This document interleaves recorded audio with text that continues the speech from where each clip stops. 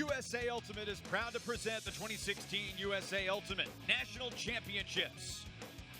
Our quadruple header of semifinal coverage begins in the mixed division. Minneapolis Drag'n Thrust, the three-time champ, against Boston Slow White, live from Rockford, Illinois, here at Wedgebury Stadium. Hi, everybody. Evan Lepler alongside the captain of the gold medal winning USA mixed team, Robin Wiseman. And it has been a windy but entertaining couple of days in Rockford. And today things really ramp up, Robin, as we see Drag'n Thrust, the three-time champ, try to get back to another final. You think they can do it? Drag'n Thrust is playing some of the best ultimate across the mixed division this year. The entire week, they've been very strong, handling quite windy conditions.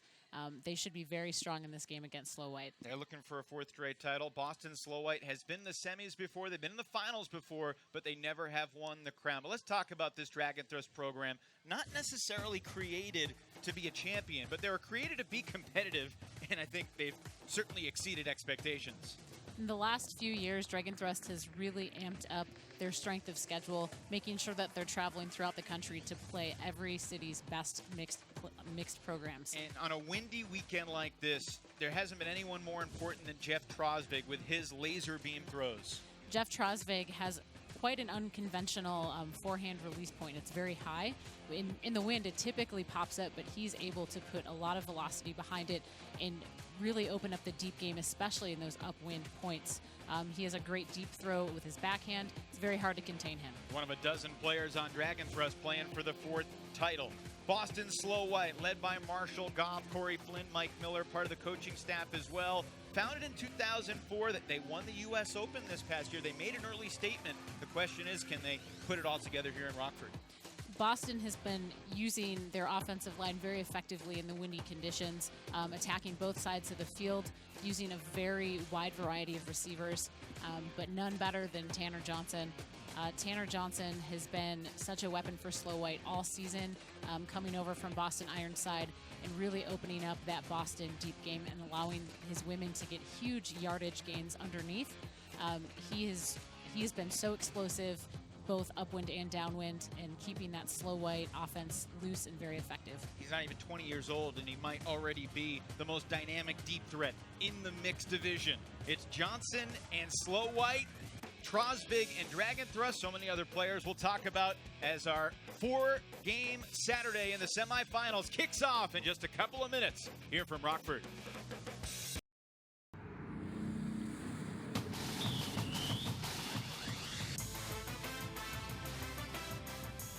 The 2016 USA Ultimate National Championships are presented by Discraft Ultrastar, the official disc of USA Ultimate. Discraft Ultrastar now available at over 1,900 U.S. retail locations, including all Dick's Sporting Goods and Hibbett Sports stores.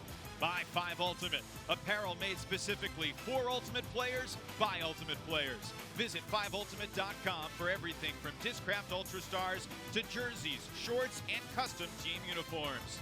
And by the Women's Sports Foundation, ensuring quality and leadership opportunities for girls and women through sports.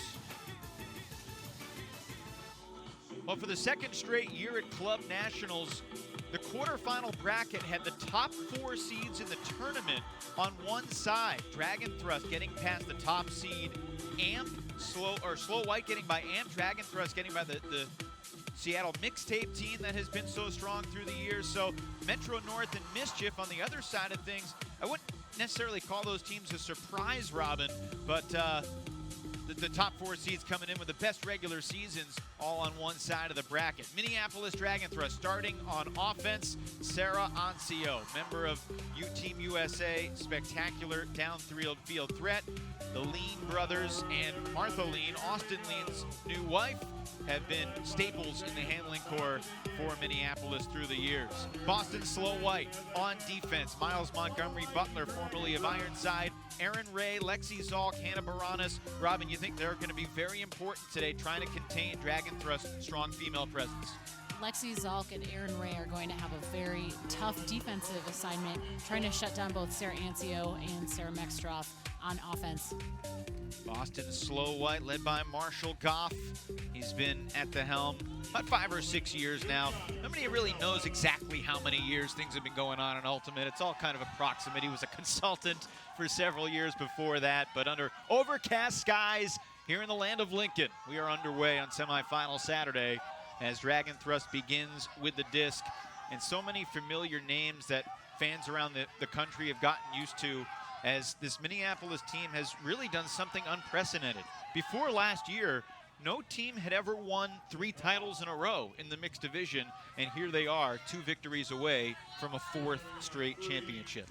And Drag'n Thrust only has a few new players this year, so this team is a roster full of players who know how to do it.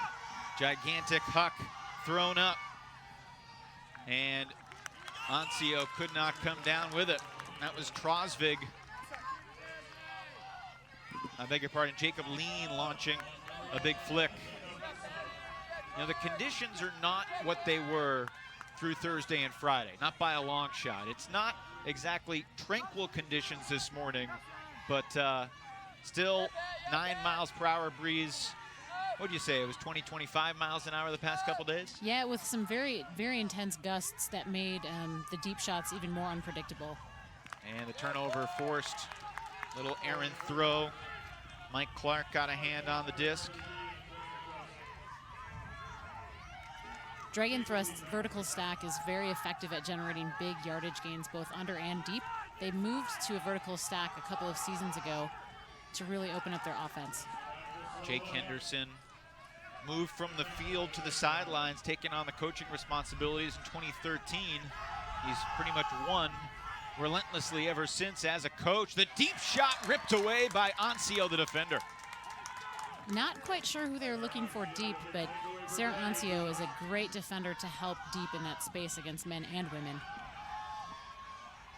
Pat Niles with a big backhand. Patty King just shy of the goal line.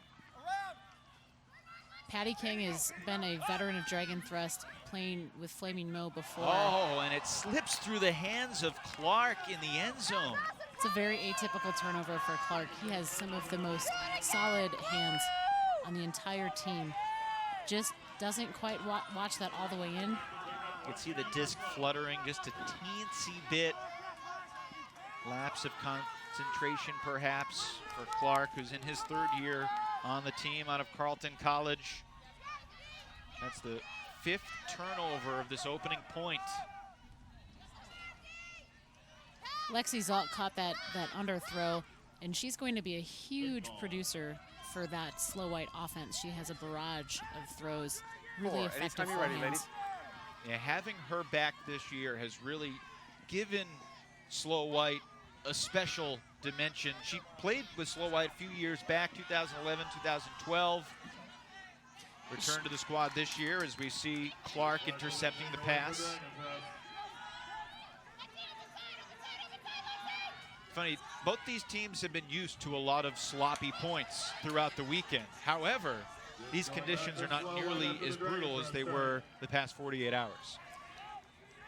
This Drag'n Thrust offensive line, it's very strong and very experienced, but you know, experienced players aren't necessarily immune to a little nerves at that first opening point of a big game like this. Miles Montgomery Butler with the disc. Ryan Richardson and a pick call downfield. Richardson is going to keep it. Both these teams have not lost a game. It's exactly where you were the moment you caught it. It was definitely further than that. Yeah, I understand. But you did some of that after he caught it and turned. So, yep. Kwong, Denler, Hammaker, and Vanny are observers for this first mixed semifinal.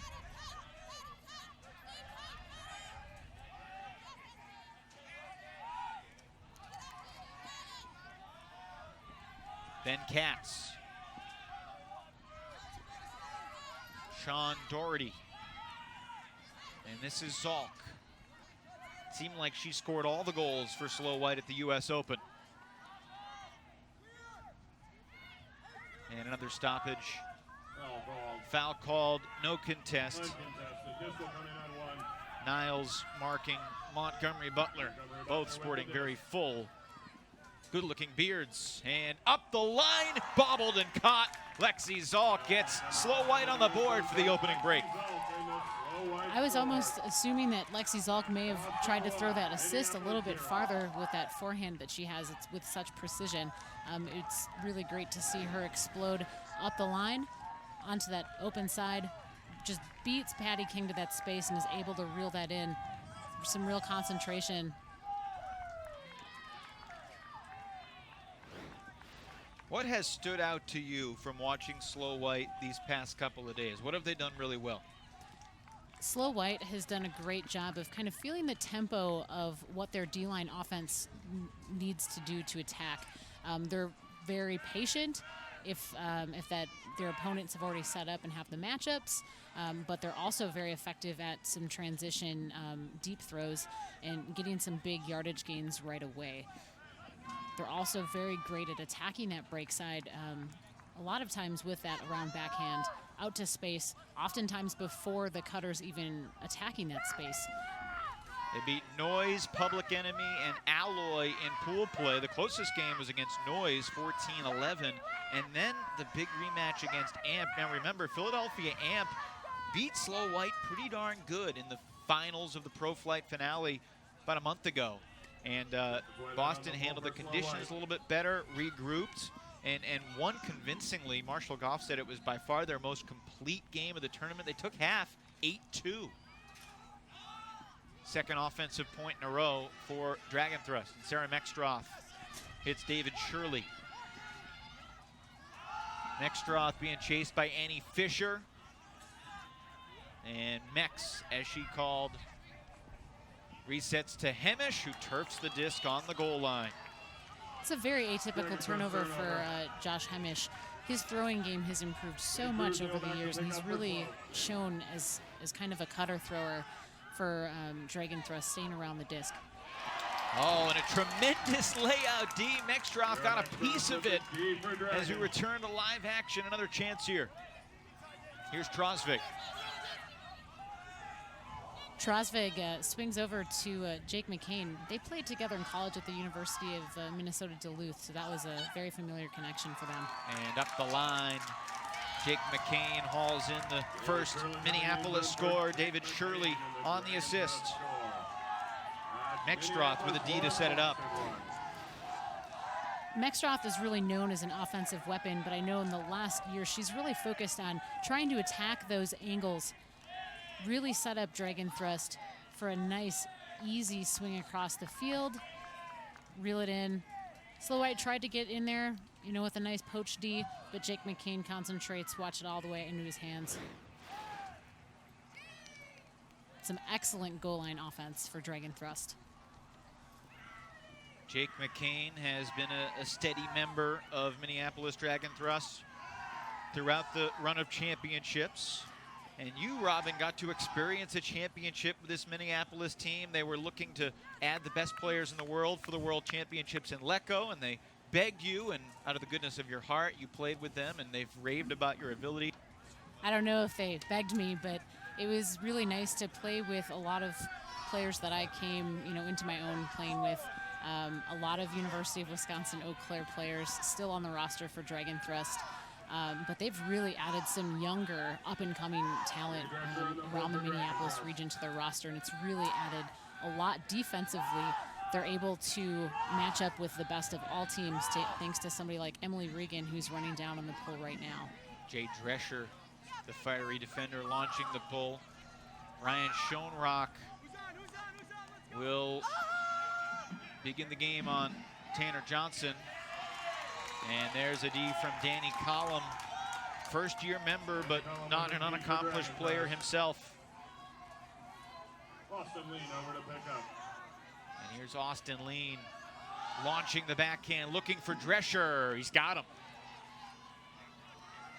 Over the top for the break, and we're back on serve as Drag'n Thrust leads 2-1. Jay Drescher and Strings, Brian Schoenrock, they have quite a connection in transition offense. they're always cutting for each other. They just know what spaces they want to attack. Austin Lean's backhand throw is one of the best in the mixed division. Drescher loves his hammer out to space, and you can see that String set up that cut perfectly, really well timed, and attacked that disc, watched it all the way into his hands. That's some really fast, aggressive transition offense. Well, and if you can't tell, the sky has started to spit a little bit in these past couple of minutes. Nothing that would halt action by any means. But that over-the-top hammer in wet, slippery conditions can be difficult. Schoenrock looked it in the whole way. It'll also... There's Drag'n Thrust road to the championship. 3-0 through Pool C. Victories over Love Tractor, No Touching, and Steamboat. And then really probably the most anticipated game of the quarterfinals was that Drag'n Thrust mixtape game. They've met in the finals the past 2 years, and I know you were really excited about it and a little disappointed that mixtape didn't bring more. Yeah, mixtape looked to struggle a little bit with the windy conditions yesterday. Drag'n Thrust just used their extremely deep roster, just smothering their resets. Mixtape was not able to get it back into the hands of their big throwers. Often the mixtape cutters were trapped on the sideline, and they just couldn't get any offensive movement going once they were stifled with the Dragon defensive pressure. Seattle mixtape finishing second at Nationals each of the past 2 years, falling shy of the Final Four in 2016. Jeff Smith has been a staple of this slow white attack for years. This is Vicky Chang, marked by Alicia Carr, back after missing a year. She had a baby. It's a good excuse. Deep shot looking for Smith, and he's wide open. That was just a very aggressive deep cut. A pick was called, though, and it looks like this is coming back. That break up the field by Vicky Chang set up that shot. Vicky Chang is such an aggressive thrower, especially when given that inside backhand. Drag'n Thrust really going to have to concentrate on getting that disc to Vicky, forcing her with that forehand. We saw the pick there. So you're back to when Didn't necessarily impact the thrower and the receiver, but it may have been in the lane of the thrower and the receiver if the pick had not occurred. That's why it came back. Trosvik definitely could have gotten that mark on to stop that deep throw. Nice sliding catch by Smith. Veteran out of Duke University. Shoots it to the end zone. He'll pick up the assist as Mary Glickman breaks free in the end zone. I was a little surprised that Sarah Mextroff didn't try and lay out for that throw. It looked like she took a really great line on that inside break.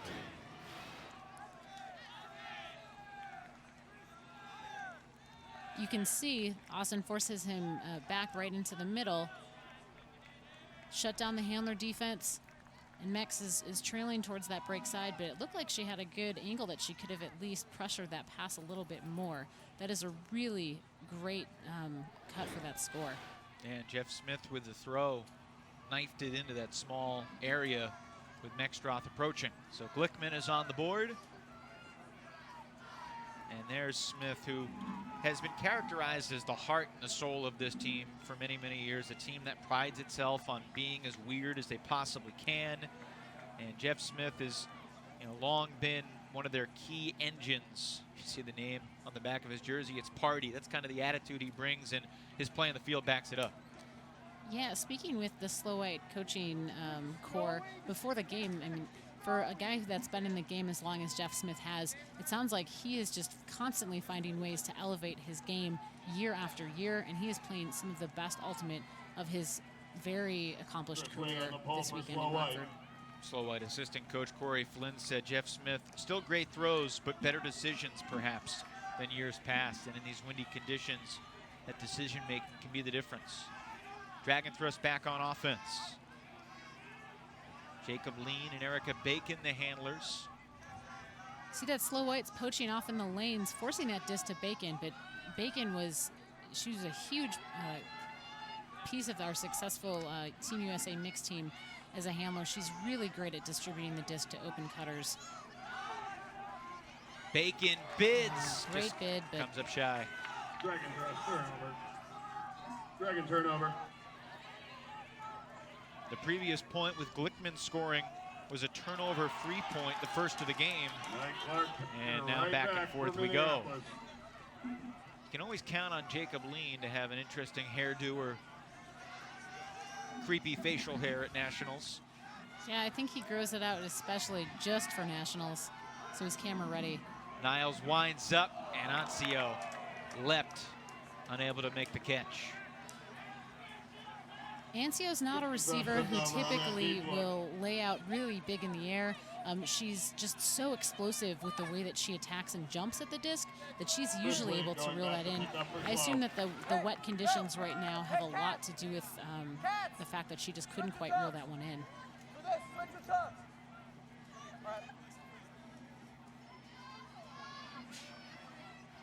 See Slow White in a straight stack, and the cut coming from the front of the stack. And that disc floated forever. Sean Doherty made up about 35 yards. What made that throw so impressive was that it was thrown so early before he set up that cut out into space. Really effective use of the wind. Looks like we have a stall called, sorry. You coming here for the ruling, or we want to play contested stall? Okay, observer ruling, no stall, coming and too fast. Coming in. And when you throw into a thick wind like this, it's almost like a changeup and kind of laying it up on a shelf if you can keep it stable and flat, which is not easy to do. Yeah, and you can put a lot of speed on that disc and it'll just hang and allow that receiver to run underneath it. Red zone turnover from Boston. A little too much of that edge was exposed. The wind kind of forced it down into the ground, and Aaron Ray just couldn't make a good bid at that and stay in bounds. Bacon's layout sustains possession this time, and a leaping grab from Claire Oakley. Claire Oakley's game in the air has just improved so much over the years. She is so good at attacking that at her highest point every single time and catching it in without fail. We've gotten used to pretty good fundamentals, and there's a tremendous poach block. Chris Waite lays out into the lane. Chris Waite with a takeaway for Slow White. It's just a really effective read of that throw into that space. And right on the sidelines, just unable to keep it in bounds. Heck of an effort, though, from Katz. That crosswind really pushed that disc out of bounds. Never had a chance to really come back in. But what a play to try and keep those toes right in bounds. Jacob Lean kicks away the Discraft pylon and initiates play to Clark. A little bit of a poach again from Waite, made that throw difficult. Credit the D for Zalk. And Waite takes a timeout. He'll take a timeout. About 5 yards from the goal line. Boston Slow White looking for another break to retake the lead here in the first half of the mixed semifinal. The drizzle continues to fall.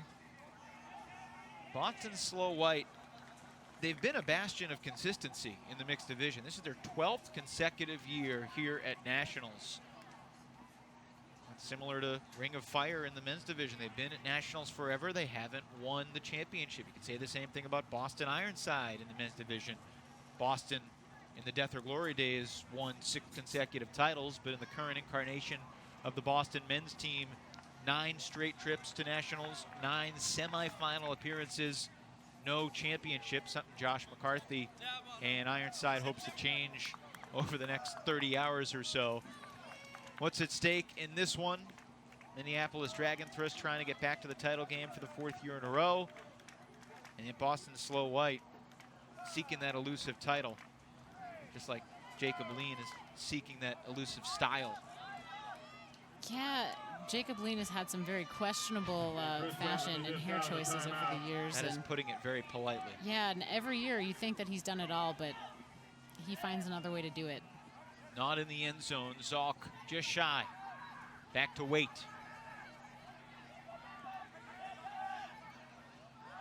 And over the mark. A catch and a score. Katz punches it in. What's really incredible to watch is that the slow white D-line offense just looks so comfortable out there right now. Very patient. Typically, your D-line is not your most patient offensive unit, but they're working it around. They're finding resets. Lexi Zalk, what a grab. She flared that cut and just followed it all the way outside the end zone line. Finds that reset. And we go over the top with that scuba. Drag'n Thrust poaches off, and Slow White's able to punish it.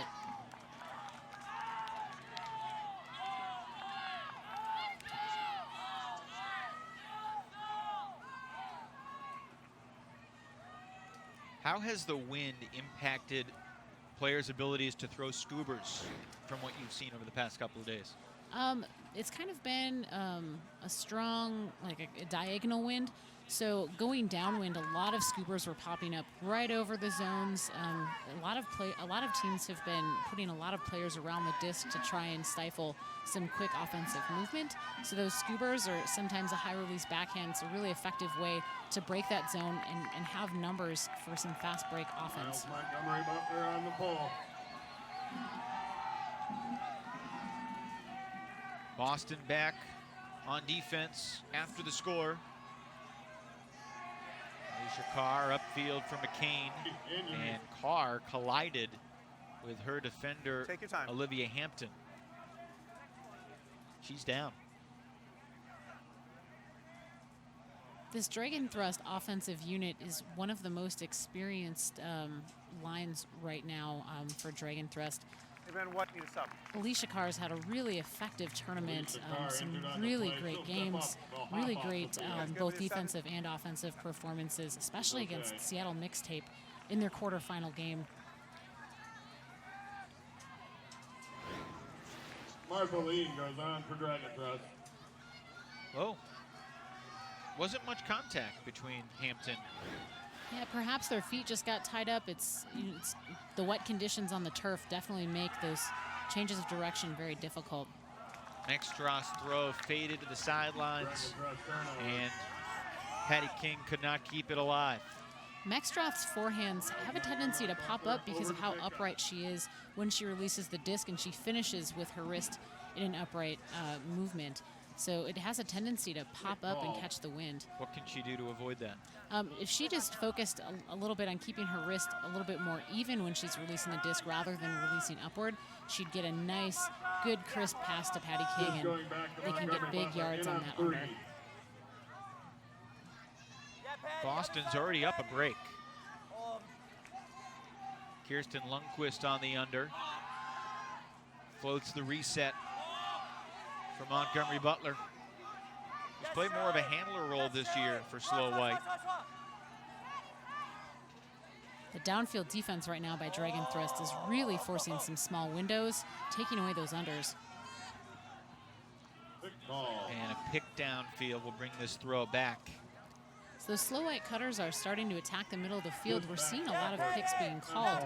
Just a lot of cutters moving to the same spaces right now. They need to spread out their offense and maybe stay a little bit more disciplined in their stack. And another pick downfield. You can see things pretty clogged up in that 5-yard bubble. There's a lot of experienced veterans right now on that slow white line, and they see those spaces and are all trying to attack it at the same time. That was much more of a blob than a stack. The deep shot over the top of everybody, chased down by Carl Eckwurzel. No pick, no foul, just a Boston break.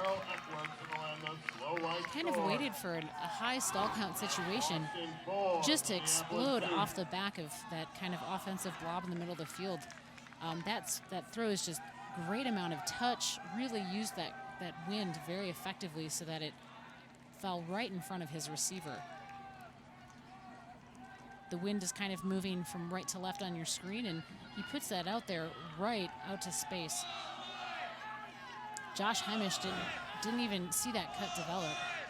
Carl Eckwurzel knows how to put on a show. Professionally, he is involved in WWE as a writer, producer, so he knows how to entertain and perform. And he's got his team up 4-2 in the opening half here.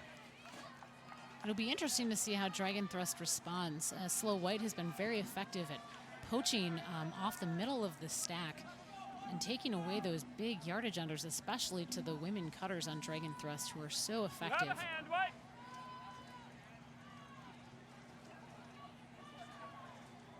Also a little surprised that we haven't seen Ancio and Mexstroth on a line together, when yesterday against Mixtape there were some really effective points that they were able to string together some quick scores in transition using both of them. Yep, interesting observation. Back on offense, Jacob Lean, Erica Bacon, the handlers, Austin Lean out there as well. See a split stack from Drag'n Thrust. One of their secondary offensive looks.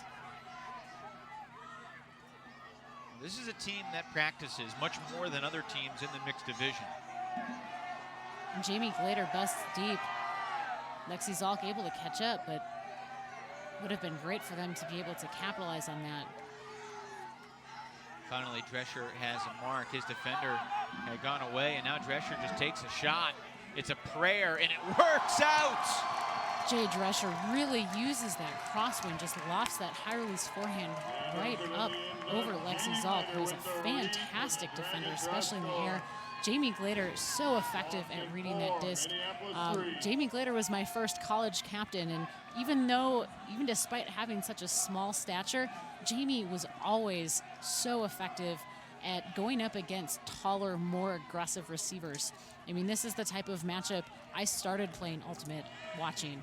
Jamie Glader against Lexi Zalk, it doesn't get, any better than that. A lot of Ultimate players, myself included, hold their first captains in almost, a god or goddess-like regard, because you're so young and ignorant to what the sport is and what great Ultimate can be. Is she that for you? Jamie has been a fantastic mentor for me, especially defensively. She's so great at positioning herself intelligently. But I will say, with that first practice that I came to, Jamie was a little annoyed at how many questions I asked. She said that until I laid out for the first time, she was a little annoyed, and it's good to see that she believed in me and she waited around for me to find my game. And then I think I heard that you asked if it was okay for you to lay out. Yeah, I mean, my first practice with Seoul was indoors at 6 a.m. and we had like 6 women there. So I didn't know really the rules, and when I asked, and they said, well, you have to be safe about it. Don't go lay out into the bleachers or anything. Once they realized you were willing to bid, ask away, Robin. Yeah, they became a little bit more patient with me. Jeff Smith launching, looking for Johnson. Drescher defending. Drescher's got the D. It's a little surprising that Jeff Smith chose that edge on the disc. It allowed Jay Drescher to take that inside line.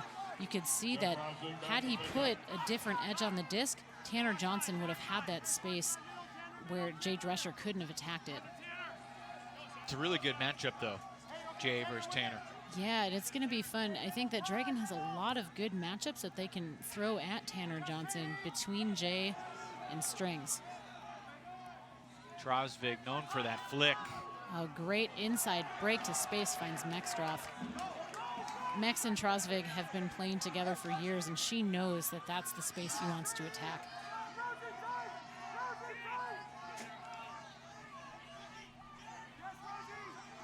Chip Chang in her rookie season with Drag'n Thrust. Back to Trosvig. Breaks the mark again. Right to Mexstroth. She's attacking those spaces and just taking advantage of being poached. Mexstroth needs a reset to the open space on the far side for Chang. Dragon's coming out of that side stack and going back into the vertical stack. And that's great downfield defense. Chang had nowhere to go. Todd Herman there for the D. I like the varying pressure that Slow White is applying to the Drag'n Thrust resets. And Smith drops the hammer for Herman. Some very effective reset defense, got them that short field turnover. It seems like Dragon's a little bit slow in transition right now. You can just see that hammer goes up, and, he's beating Jay Drescher deep by, a good 15 yards or so. There's been a lot of talk about Tanner Johnson, and rightfully so. But Slow White's goal leader during the tournament, far and away, has been number 55, Todd Herman. He's got 11 goals. That's double anyone else on the team. Johnson and Katz each had 5, but Todd Herman has been a steady end zone target. He's got size, he's got experience. You can see him flashing the symbol for bookends there, which means that, you know, he was involved in that defensive turn, and then he was able to run down the score. It's kind of a badge of pride that the Ultimate community has. If you're able to do it on both sides of the disc, you're really able to stand out as a really effective player. And on the sideline, Boston just trying to keep it weird. The body language of the teams right now just so different. Slow White so relaxed. You can see that, you know, they're really just having a good time. Drag'n Thrust is quite quiet right now, which is very atypical for them. On the pole for Slow White. Important offensive point here. Dragon coming out in that side stack with Ancio as that initiating cut. Dragon offense has only played turnover free on 1 point so far. Again, that reset pressure that Slow White's able to apply. It's interesting there. Austin Lean got the disc, and you had 3 Dragon players sprinting deep downfield. McCain winds up the backhand. Davis Whitehead takes charge. And that's a throw you have to be wary of in the mixed division. Yeah, even though Ancio is such an effective receiver, you know, she's reading the disc against her opponent, not necessarily, you know, seeing the landscape with all of the men trying to intercept in front of her.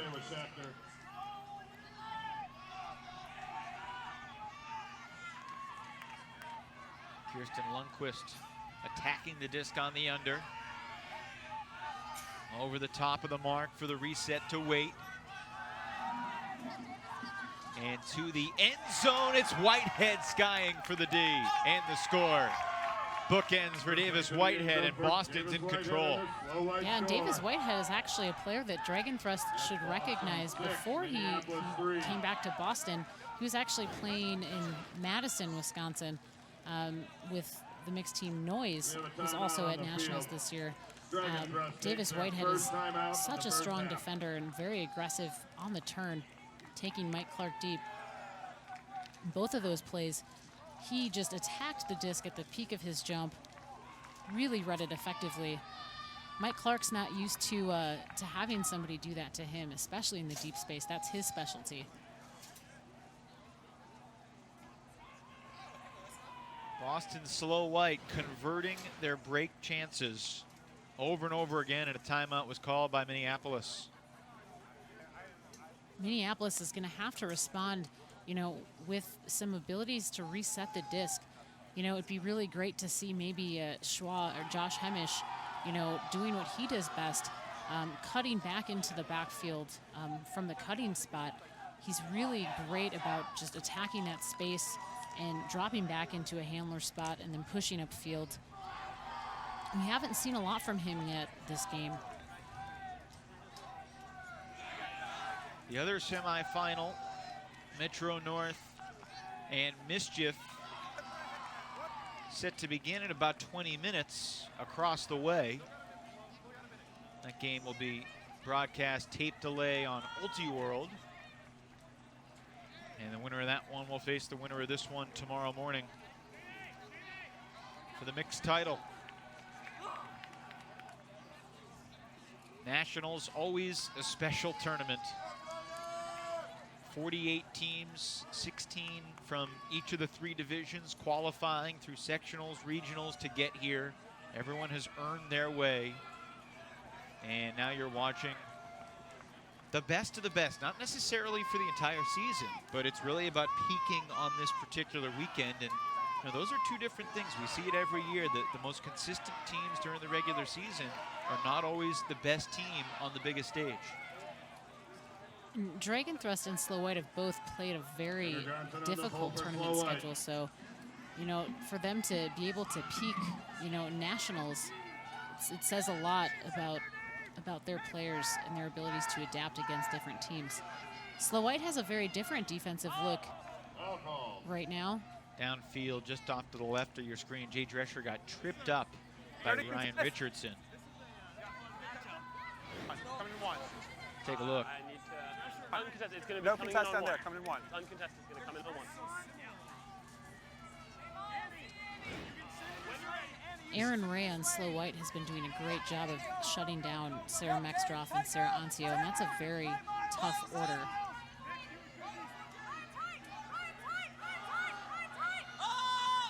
Nowhere to go, and a late throw to Mextroff off her fingertips.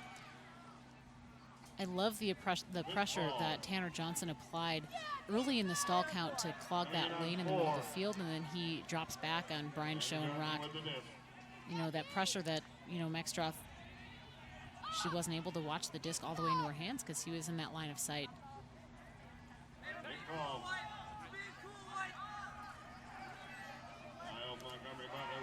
Coming in on one. Montgomery Butler.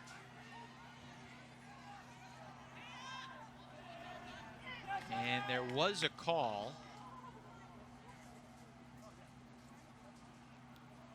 Looks like Sarah Mextroff and Aaron Ray may have gotten tangled up there on the cut early on. Aaron Ray, like many members of Slow White out of Middlebury College. And Middlebury is really known for that kind of weird energy as well You wanna just- that Slow White so successfully embodies. There's the play.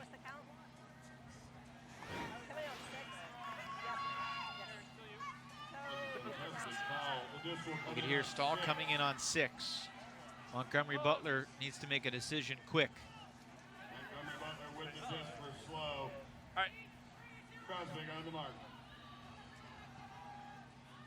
And he found Tanner Johnson in a hurry. First goal of the day for the UMass youngster.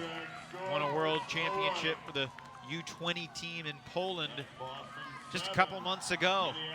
You could see that developing. Again, that was right before Tanner Johnson, you know, he jumped in that lane.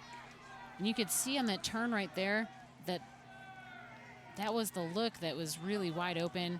There was that high release backhand space for him to attack. And, you know, even in a matchup against Brian Schoenrock, I'm going to take Tanner Johnson when he's got all of that space to attack. Well, there's Tanner Johnson playing for Tina Booth at UMass, just starting a sophomore year. As a sophomore, you know, aside from playing Ultimate and going to classes, he also has a job. And his job on campus is driving a bus most mornings from 7 to 11 a.m. He is one athletic bus driver. I could imagine that the Monday after a college tournament that he is probably just dead driving that 7 a.m. bus shift. He's got a younger sister, Tess Johnson, who plays on Siege, the #2 team out of Boston, still in high school. That's definitely going to have to be a name that we're going to have to watch out for in the next few years. This Brood Squad's, you know, starting to recruit some younger players. And Hemish with the drop. Too many mistakes from Drag'n Thrust, the 3-time champs, falling apart here. Slow White looking for the half. Sean Krieger was so close. Hemish and Claire Oakley both attacked that space aggressively, trying to beat the receiver there and kind of force him to go up earlier than he may have intended to, you know, to attack that disc. When things aren't clicking for you offensively and you're staring at 70 yards, it's hard to grind. Especially with the type of pressure that Slow White's applying to the Drag'n Thrust handlers. You know, when those stall counts are getting high, they're used to being able to just swing that disc off the line and attack on the other side. Hemish launching it, but an easy interception for the Boston defense. Doherty there for the pick. Schachter centers to Zalk.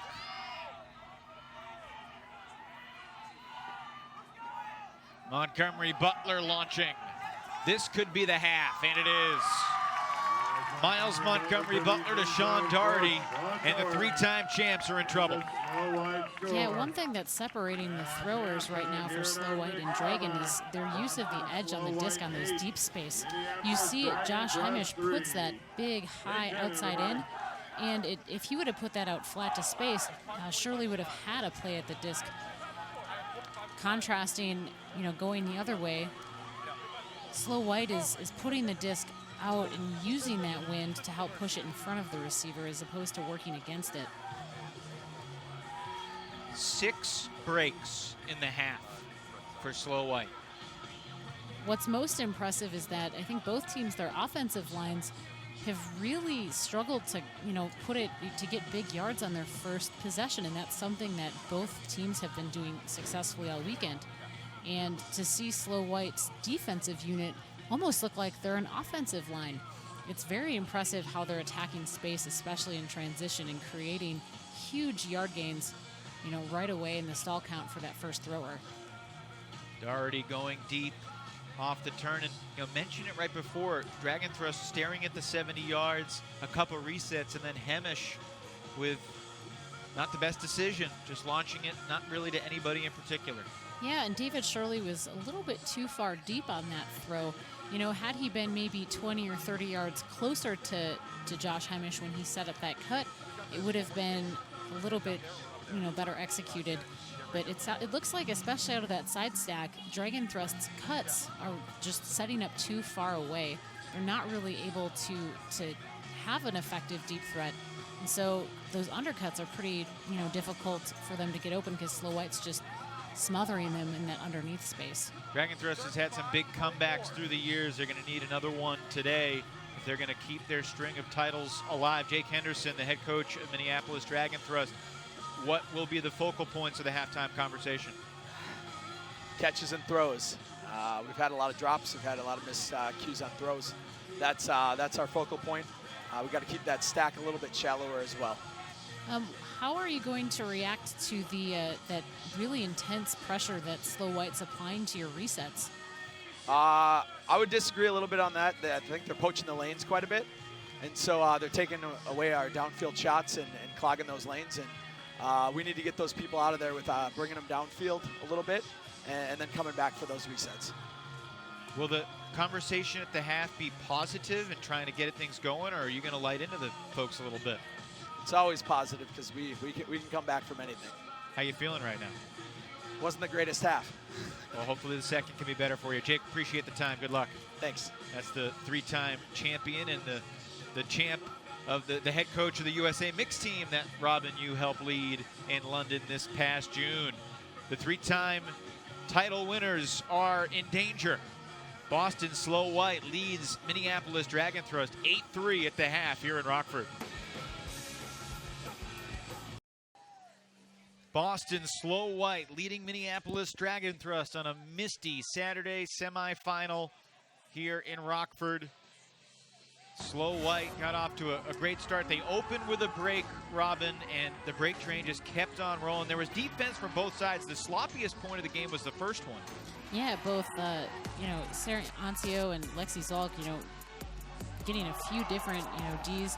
The Slow White men have been great at poaching into space, and then in transition, just setting up really effective deep cuts. Slow White has had so many different, people scoring goals. It's hard for Dragon to really focus in on any particular matchup. Davis Whitehead with bookends. Despite the breeze and the drizzle, we have seen plenty of successful hammers go over the top. The deep defense, though, from Slow White, really the difference in the game. Yep, and then also Slow White's ability to reset the disc and then get effective deep shots off of those resets. I love how the Slow White throwers are using the wind to really, kind of loft that disc out there and let their really athletic receivers go and attack the disc way up high. Slow White had 8 different goal scorers in the first half. Zalk, Glickman, Katz, Wurzel, Herman, Whitehead, Johnson, and Doherty. It was 4-3. Now it's 8-3. Slow White in control over Drag'n Thrust. Welcome back to Wedgebury Stadium here in Rockford. Evan Lepler with Robin Wiseman, and down on the field joining us the head coach of Boston Slow White, Marshall Goff. And Marshall, I imagine you're pretty pleased with how that first half went. How were you able to generate so many breaks? Well, we were able to keep pressure on them, and they're a really good team, so you've got to be able to cover hard. We were able to deny some of the resets. We were able to deny a couple of the outlets, and that gave us opportunities downfield. Aaron Ray has been doing such a fantastic job shutting down those primary cutters on the lady end for Drag'n Thrust. Do you think you'll keep her on those matchups in the second half? Oh, for sure.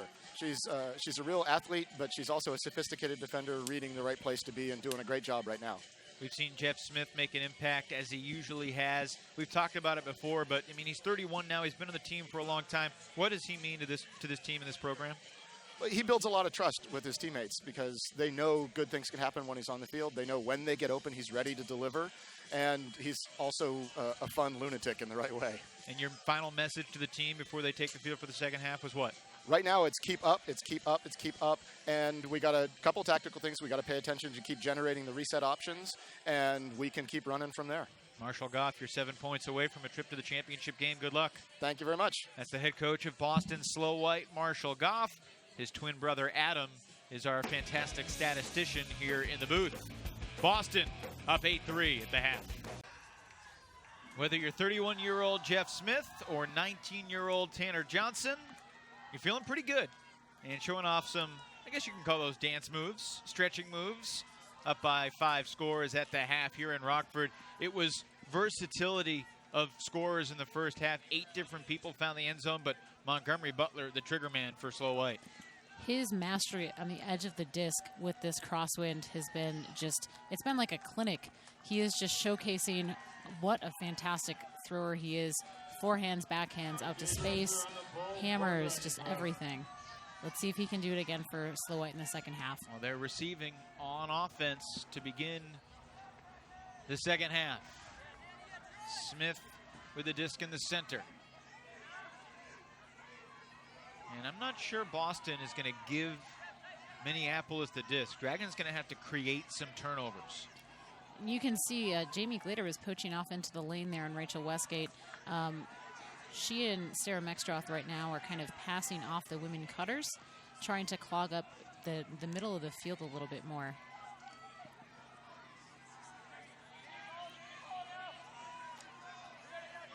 Calm, patient offense so far from Slow.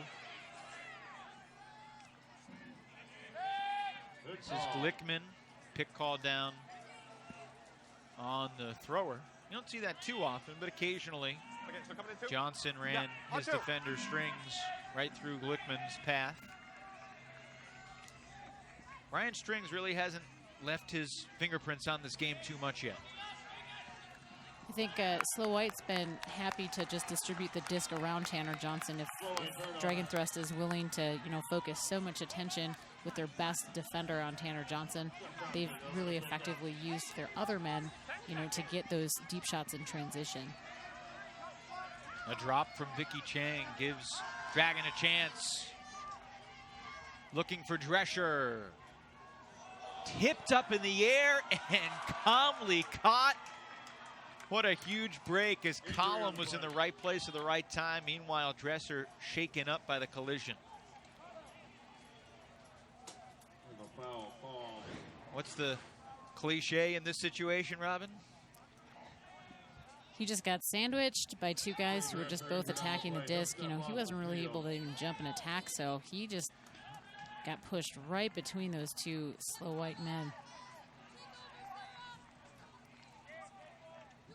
And Collum could not have been more casual. Jay Drescher, it looks like he's holding his back quite a bit. He's had some back problems in the past, so hopefully that he's able to help manage that. His mom on the sidelines is actually a massage therapist, kind of helping keep the team loose, so he's probably going to go visit her real quick. There aren't too many players in any division, male or female, that throw their body around more than Drescher does. That is very correct, and and sometimes he's not able to take a really safe and wide open line to the disc, but when you're being guarded by him, you know that he's going to put his body there. Well, a step in the right direction A Drag'n Thrust break to begin the second half. The D-line converts. Trosvig up the line. Makes the catch from Column. One thing that you can see in this, what set up that huge yardage gain by Drag'n Thrust was a huge backhand throw by Jeff Trosvig. You know, you don't typically see him throw that out to space because teams typically, you know, are forcing the handler's forehand in this kind of a wind. Sometimes guys with great flicks get pigeonholed and people think they can't throw a backhand. Trosvig certainly can. Showing some squirreliness going up the line. I was chatting with Tallis Boyd, the championship-winning coach of Minnesota Grey Duck, back at College Nationals, assistant coach for Dragon, and he said that Jeff Trosvig just brings an element that no one else on the team has. Those tight throws in the wind, which have been so valuable throughout the weekend. His presence made things much, much easier during pool play and certainly in the quarterfinals yesterday against Seattle Mixtape. Yeah, and he also has this calm, like, confidence about him that I think brings that right, like, level-headedness that Drag'n Thrust feeds off of. Jeff Smith looking for Lexi Zalk. Got it. Sarah Mextroth was really focused in on taking away that undercut.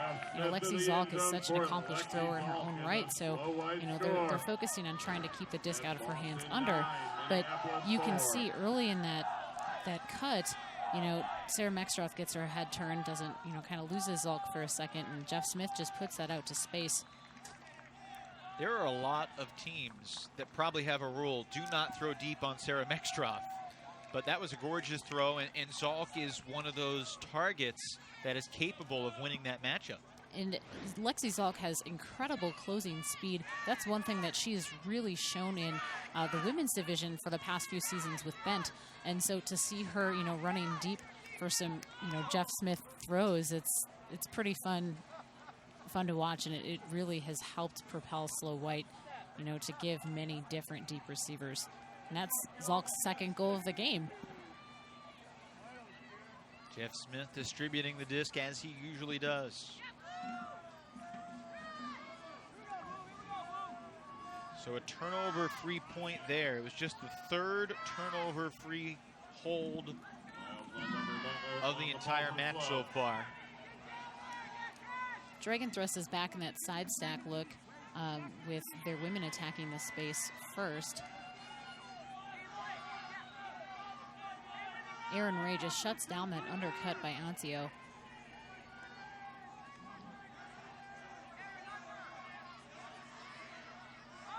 Mike Clark back to Austin Lean, Jake McCain.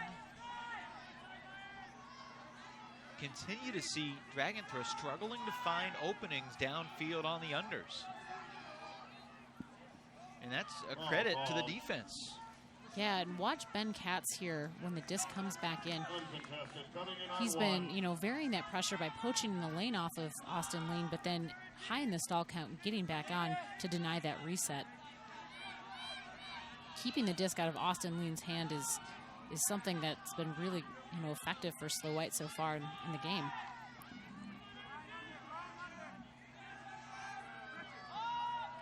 Clark's reset was deflected by Whitehead, and then Clark took off.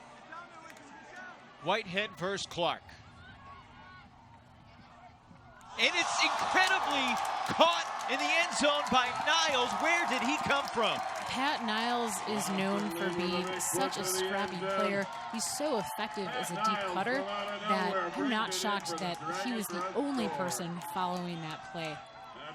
You can see that, you know, none of the other people were really pushing deep, but Pat Niles just takes off when he sees that disc hanging. You know, Mike Clark gets tangled up, and Pat Niles able to just take that momentum into the goal.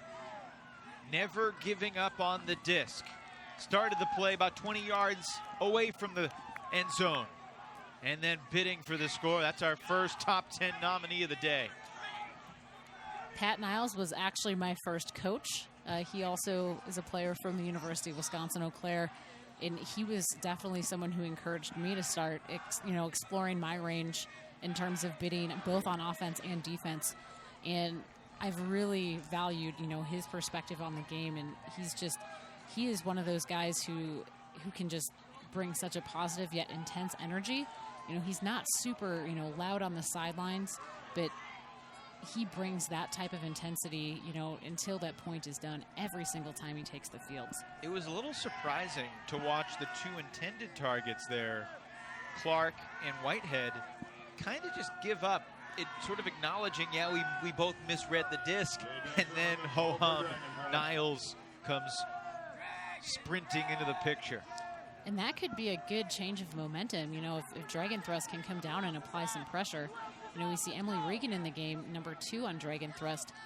She is one of the strongest defenders on the team. Early pick call.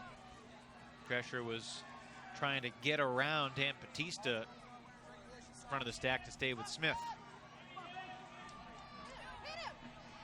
Drescher back on the field, guarding the slow white veteran Jeff Smith.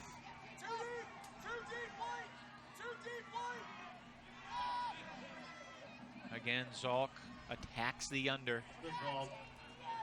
And we see Jamie Glader guarding her, even though she, again, is quite smaller than Lexi Zalk.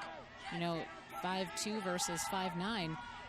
Jamie Glader is very quick and very able to apply pressure to offenders who are taller than she is. Later today, we'll see a young man for Denver Johnny Bravo, Mark Rawls, who's similar in stature to a player like Jamie Glader relative to his compadres, but still very effective with the quickness and the awareness. And Jamie Glader is so light on her feet, you don't hear her coming. You don't sense her presence because she's so quiet when she moves. Smith fires a laser, and it was defended well by Schoenrock. I've been waiting for Schoenrock to start making some plays. He's too good of a player to let the full game go by and not make his mark. And he takes that inside line to the disc, finding it. And we see Jay Drescher looking, for his partner in crime, Brian Schoenrock, deep right off of the turn. Just shy of the end zone, he threw into the running by defender, and I don't believe there was a foul called. Dan Batista gets credit for that D. Brian Schoenrock's forehand, his windup's a little bit slow, but he really has like a very effective wrist snap on his forehand. But that slower windup, allowed Batistas to get a hand on it. So Boston, Zalk shooting it for Smith.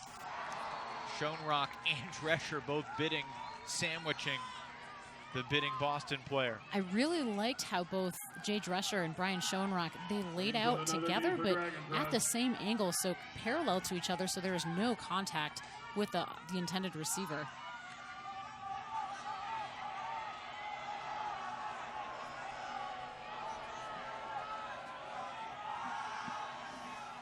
A lot of traffic going deep. Glader couldn't get there, neither could Schoenrock. Let's take another look at this throw by Schoenrock. Very close to the disc being hit when it was still in his hands, but Schoenrock knows as well as anybody and did not make the call. One thing that Brian Schoenrock is really well known for is his ability to stay level-headed. He's such an intense defender, an intense player on the field, but you never hear people say that, Strings makes a poor call. He's just so level-headed, even in a really high-pressure situation where Drag'n Thrust, needs to capitalize on this break opportunity. Herman for slow. Mike Clark comes on for string. Yeah, we're good. Tanner Johnson, Mike Clark, both into the game 13. on the injury substitution. 10 seconds. Every point feels critical at this stage of the tournament, at this stage of the game. Certainly a huge difference in the feel of 10-5 versus 9-6. Trahey up the line. Westgate. Alex Trahey, another Duke product, has had really good throws through the wind through the first couple of days here in Rockford. Good call. After 3 straight years of nationals being held in Frisco, Yeah, Texas, it's not a we pick. come to the Because Midwest you this weren't year. within 10, so give me here. And people can complain about the wind a little bit, but remember it was pretty windy at times in Frisco. Yeah, really the biggest difference is the temperature. Yes.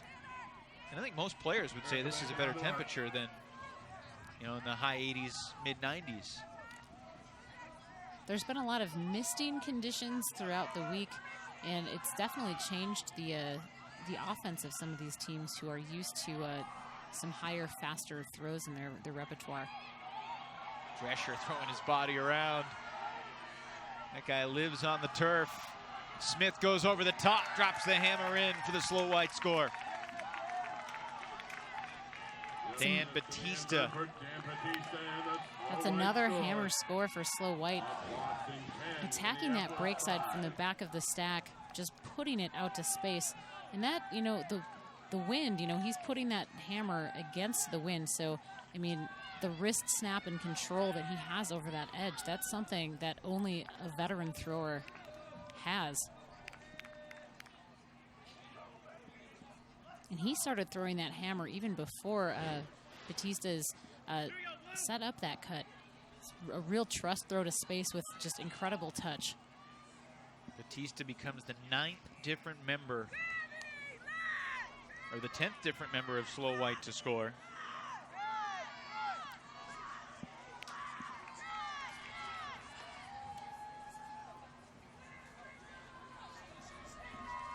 And Jeff Smith enjoying the Nationals party. Here's the good crossfield speed of Marshall Goff. It was especially impressive because he was in running shoes, and that turf is pretty slick right now.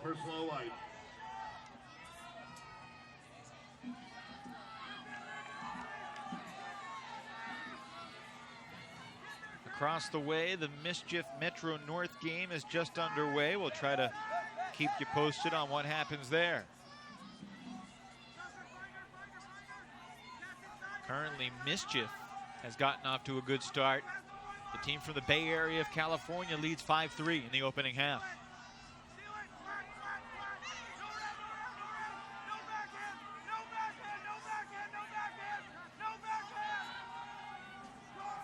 Floating throw, tipped and caught. Claire Oakley followed that play and just watched that disc all the way into her hand as it was, you know, spiraling away from her. Trailing edge catch. Drag'n Thrust is going to need some breaks.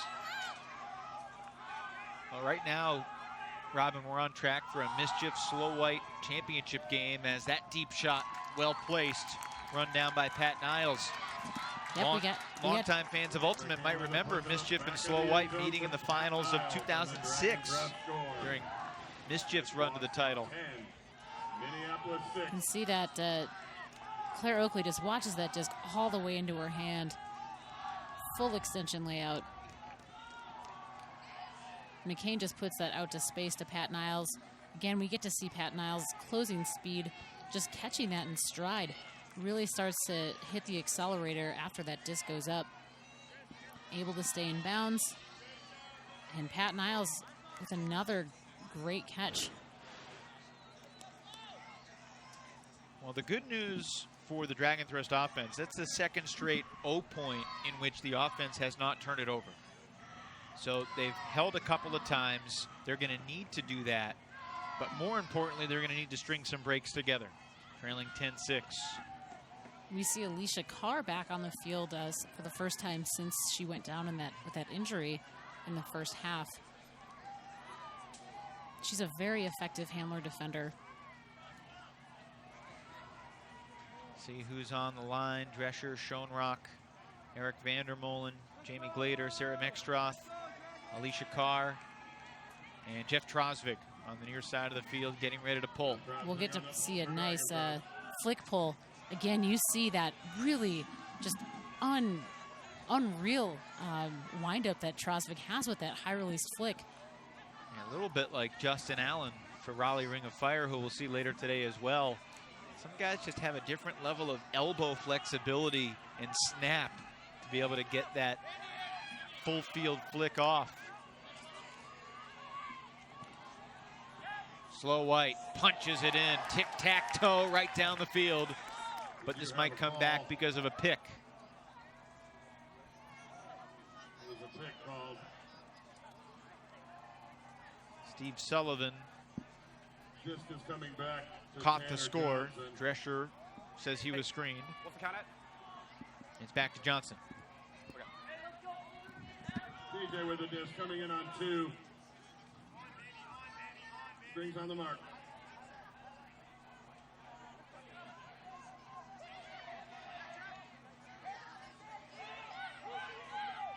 It does seem like players at the club championships get younger and younger every year.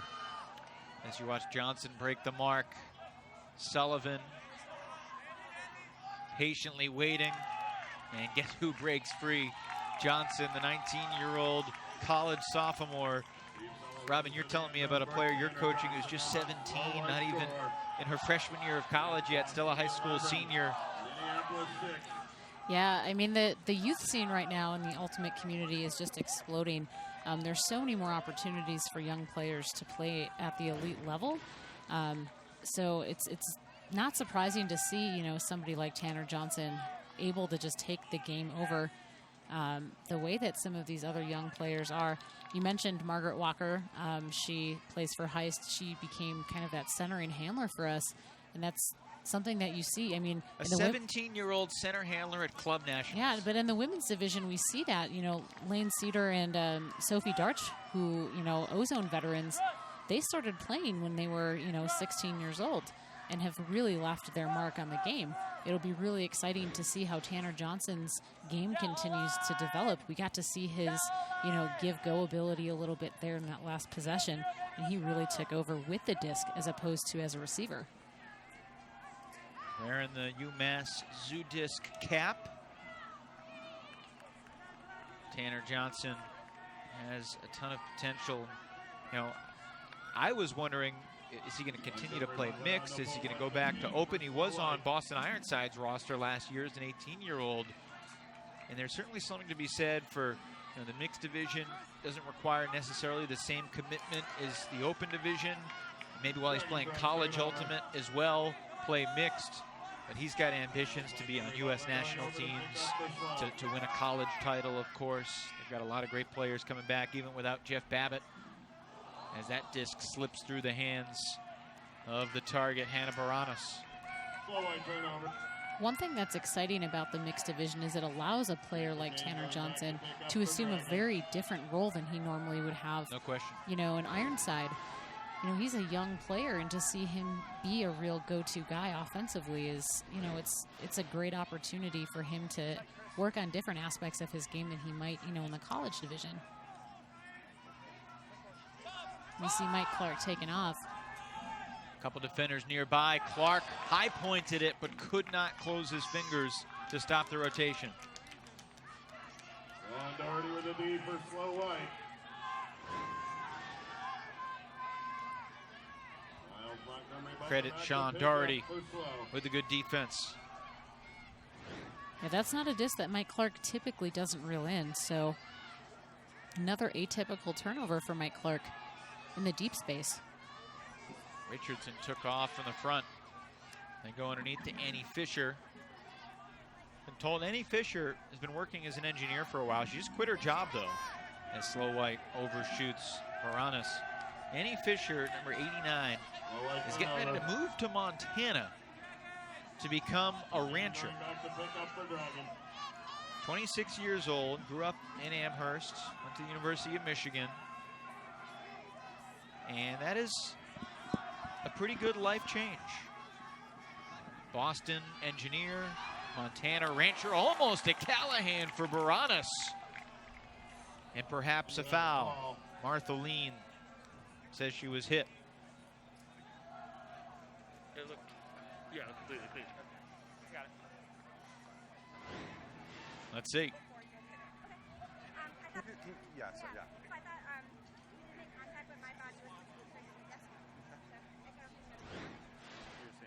I think that I did have a play on it, and her body hit mine Okay. before I could get to the disc. Okay. She had better position. She got there first, and you came into her. Observer rolling, no foul.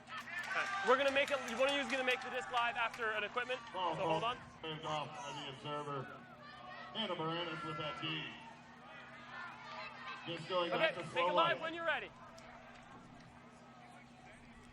And Slow White gets another opportunity on the goal line. And this would be for yet another break. Montgomery Butler already has 4 assists. Marked by McCain and a pick downfield. Stahl should be around 5 or 6. Like it's coming in on 6.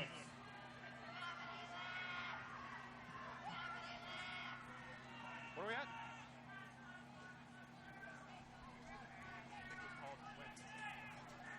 You're asking me what I saw? Yeah, you can hear. No, he said 5. Yeah, it's coming in 6. Miles Montgomery Butler is getting ready to become a father. His wife, Emily Bacher, longtime Boston Brute Squad star, due this winter. And Montgomery Butler with 5 assists here in the mixed semifinals to give his team a 6-score lead. It's another, effective use of the break side. Again, just lofting that disc out to space and letting Annie Fisher run up to that cone and attack it.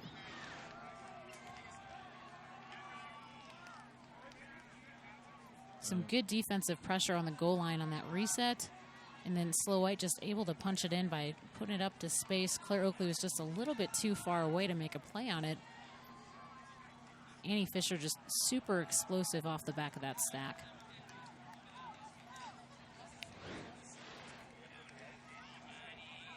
She looks like she could be on the set of Hey Dude and fit right in.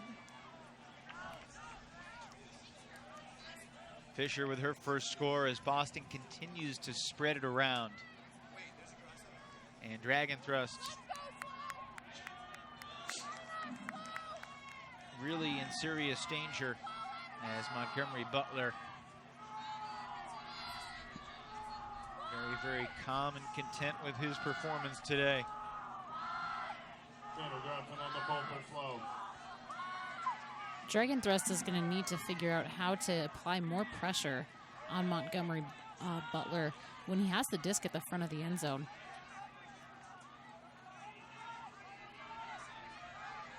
And you see Drag'n back with that. Oh, tough catch by Ancio through the contact.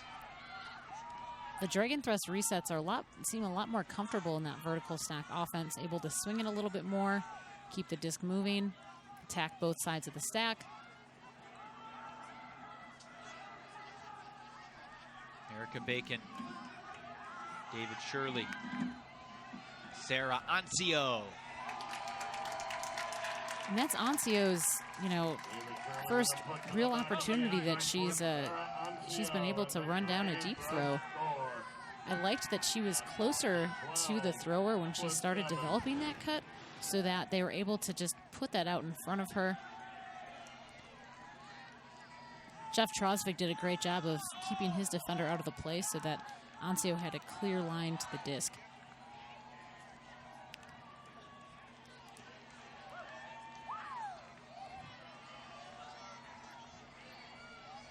What's it been like watching Sarah Ancio develop into a more well-rounded player? Because she was not an ultimate player until midway through her college career. Yeah, as a graduate student, actually, in 2013, she, debuted at college nationals with the University of Minnesota, and there was so much attention focused, I think, on Sarah Mextroff and Emily Regan as, these really powerful, women with the disc.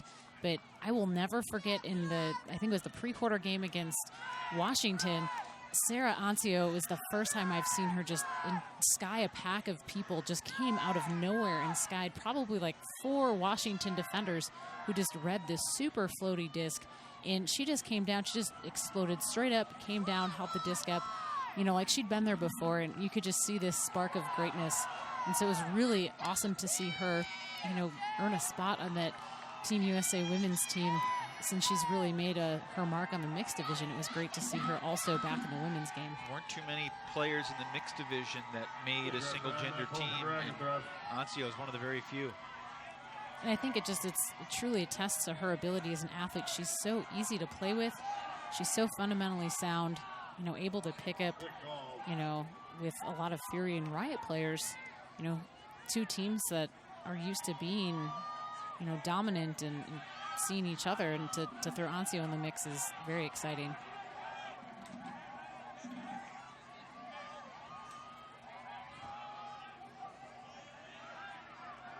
Boston up by 5 with possession.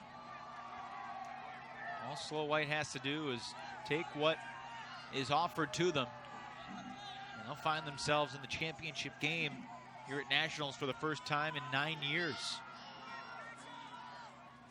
They're now 2 scores away. Textbook calm, collected offense. We got to see Tanner Johnson again as a thrower with that nice high release forehand out to space to keep that break momentum on that far side of the stack. It was just swing, break throw, hitting a cutter right up, you know, the open side or the break side of the field. Attacks that disc, just puts it out to space. That's great flow on the break side. You can't stop that as a defender because you're so focused in on shutting down that open side. You expect that mark to get there. Well, in the first half, Robin, we only had 2 points of the 11 that were completely turnover free. In the second half, we've had 5 of the 7. 5 of the 8 have been completely turnover free. And I think that's both offenses settling in a little bit and just valuing the disc. And I also wondered if that misting condition that we had, you know, kind of in the middle of that first half had anything to do with that. I also like to see that Slow White seems to have adjusted that spacing. We saw a lot of picks developing in the first half, and it seems that their spacing is improved. Drag'n Thrust has thrown a few different offensive looks. We'll see, you know, what they're going to do in this downwind offensive possession.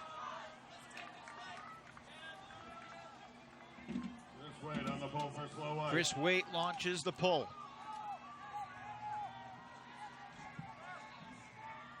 Might have soared out of bounds, but Bacon made the catch. And there's Trosvig just firing to space. Ancio's underneath it. Oh, and a stumbling player opened the door for David Shirley to swoop in. Oakley fell down. Shirley came to the rescue.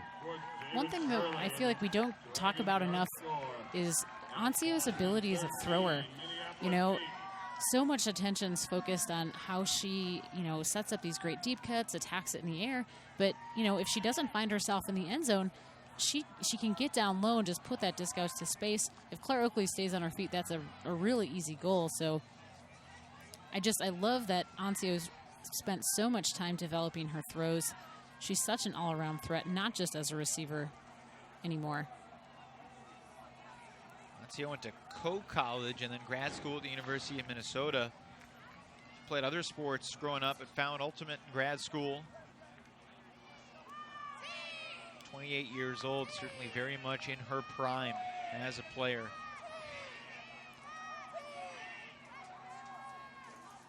And she was virtually unstoppable in London. I mean, there was no one that could contain her when she was in the open space. The way that she moves around on the field on both sides of the disc, it's just, she's such a natural athlete. So explosive laterally. She's got that straight line speed. She can jump and attack the disc in the air. And now that she's developed her throwing game, you know, for the next who knows how many years, she's going to be unstoppable in whatever division she plays for. 13-8. Almost an overthrow, but possession saved by Smith. And there's a layout D. Drag'n Thrust takes possession. Jamie Glader again with just showcasing her closing speed. That's where I learned how to play defense, was from that woman right there.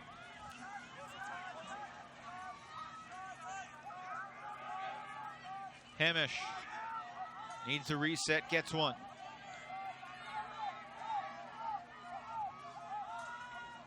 Column to Austin Lean. Mextroff. Oh, nearly early bookends for Glader off the fingertips on the layout bid. That throw was made to such a small space. I mean, Jamie Glader was really able to make a good play on the disc, but she'd already started changing directions. I would have loved to have seen Sarah Mextroff maybe throw a pump fake and hit that inside space, since that inside forehand is one of Mextroff's best throws. And once you change direction there, it's so hard to adjust. The other direction, it's Zalk just shy of the goal line. She's got Johnson, slow white to 14. You mentioned this earlier, Evan. You know, not many teams would throw deep to a matchup where Sarah Mextroff is involved. Sarah Mextroff reads the disc really well, but it just looks like she just misses it. And Lexi Zalk just keeps her eyes on that disc, reels it in. I love how she takes time, you know, to take a patient look, looking off that open side and finding Tanner Johnson wide open in space on the break side. Well, since 2013, Minneapolis Drag'n Thrust has won so many close games at Nationals. And they have won every game that they have needed to win at Nationals. But now Tanner Johnson and Boston Slow White has pushed the three-time defending champions' backs right up to the wall. 14-8, game to 15. Another good game for Miss Twirly Whirly, Lexi Zalk. One thing that Lexi has spent so much time doing in the women's game is she's developed into a thrower. And, you know, Lexi's throwing abilities, especially her forehand, she's got such a confident, just flat forehand, but now she's got this pinpoint precision blade. And that was that nice break throw she threw to Tanner Johnson for that score. It was a little bit bladey, but super precise. You hear the siren going off. After this point, the soft cap will go on. Unless Drag'n Thrust can make a huge rally, that will not be a factor in this one.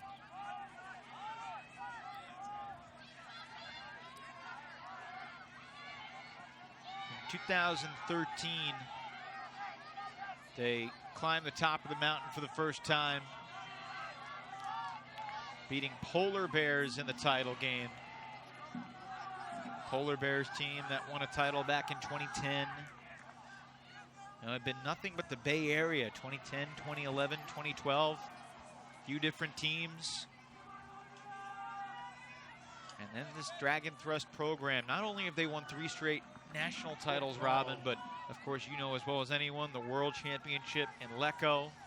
A dominant win over the Polar Bears in the finals there.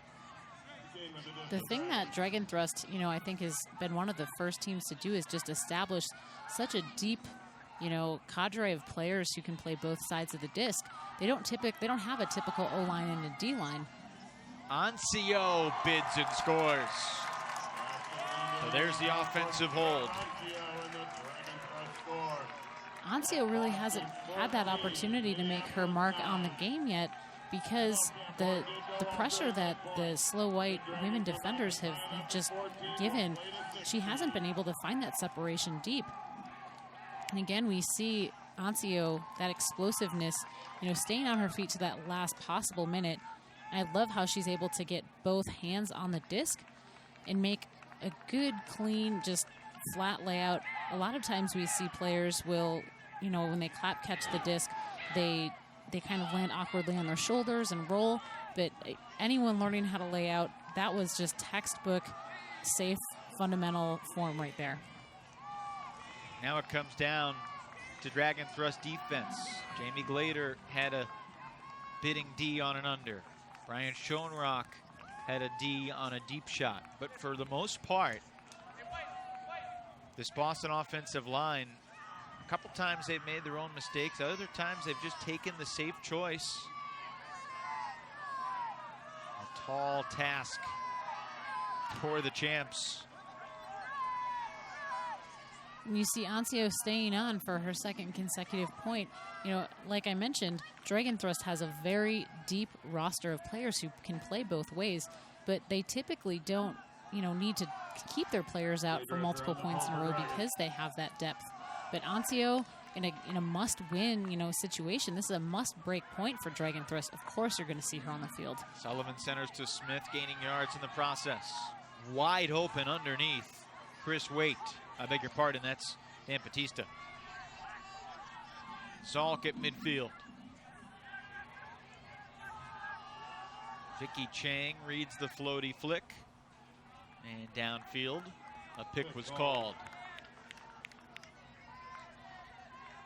Boston slow wide, about 35 yards away from a trip to the title game,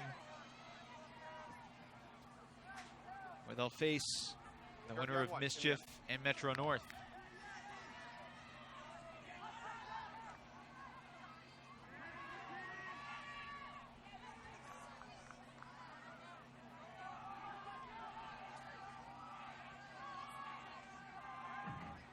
Robin, you've been in these situations defensively, knowing that it's absolutely do or die. It's all about repositioning as the disc is moving, and as Slow White is just finding those resets, the Dragon defenders need to maintain those buffers relative to the offender. It's especially important for those handler defenders to apply pressure.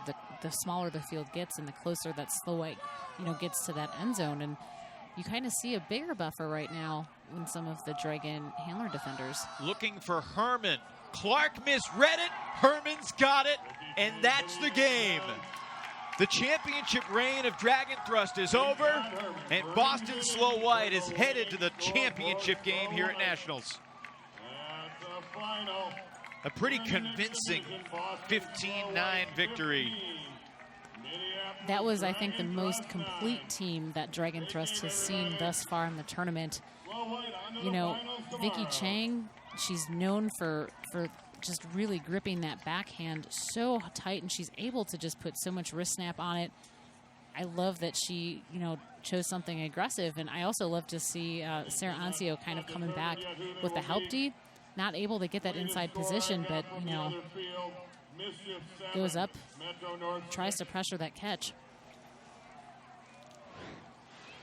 Todd Herman, a couple goals today, the leading goal scorer in the tournament for Boston Slow White.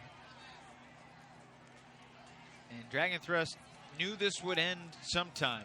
They've had unprecedented success in the mixed division with 3 straight championships, but there will be a new winner in 2016.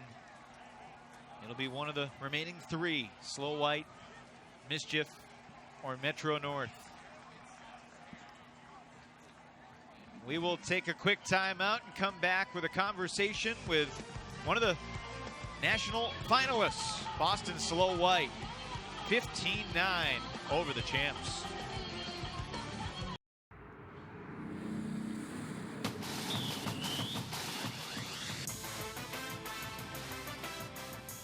The 2016 USA Ultimate National Championships are presented by Discraft Ultrastar, the official disc of USA Ultimate. Discraft Ultrastar now available at over 1,900 U.S. retail locations, including all Dick's Sporting Goods and Hibbett Sports stores. Buy 5 Ultimate, apparel made specifically for Ultimate players by Ultimate players. Visit 5ultimate.com for everything from Discraft Ultrastars to jerseys, shorts, and custom team uniforms. And by the Women's Sports Foundation, ensuring quality and leadership opportunities for girls and women through sports. Welcome back to Rockford, where Boston Slow White has knocked off the 3-time defending mixed champions. 15-9 the final, and the head coach of Boston Slow White, Marshall Goff, feeling good down on the sidelines. Congratulations, Marshall. How did you guys put this victory together? Well, we had a game plan we were able to execute. We were able to put pressure on them, make them have to do hard stuff, and they're a real good team, so I feel really good about our ability to cover downfield, force them to go sideways more, I think, than they probably wanted to. It felt like you guys won this game with your depth. It wasn't 1 or 2 or 3 specific players. Even a star like Tanner Johnson, he was good for you, but he wasn't dominant in this game. No, and I love that. If we're able to run everybody out on the field, be able to do that, we have a really deep squad, and that's just such a gift in a game against a team that will never go away by choice. It looked like the vertical stack offense, worked on improving the spacing in that second half. What was the big focus for your team, during that halftime talk about cleaning up the offense? Well, most of the halftime talk wasn't about tactics, but we did talk to our offense about making sure we could use the break side and making sure that we weren't letting the high pressure they were putting on the resets force us into really weird stuff. And I thought we did a pretty good job of getting to the other side of the field, better so in the second half than the first. You guys will have either Metro North or Mischief tomorrow. Last I checked, I think it was 7-7, so they're playing a tight one. I'm sure you'll go watch shortly. What are your thoughts on those two teams?